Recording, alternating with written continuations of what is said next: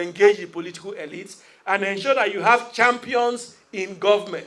And I'm sure you won't find too much difficulty finding champions in government, particularly because Ghana wants to retain its banner of being about the most progressive democratic country in West Africa, if not in Africa. So there's a need to keep that going.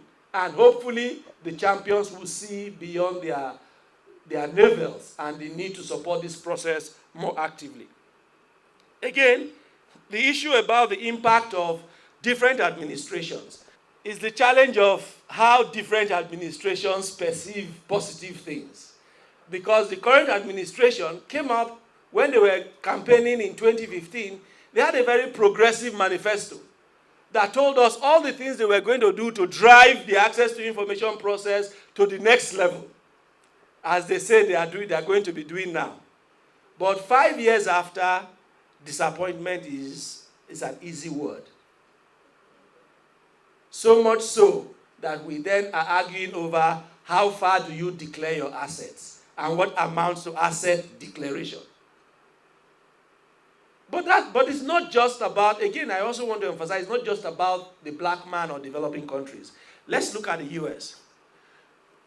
George W. Bush Jr., under the fight for the war on terror, rolled out a lot of executive orders that restricted access to information. Obama came, and one of his first executive orders was to extend access to information.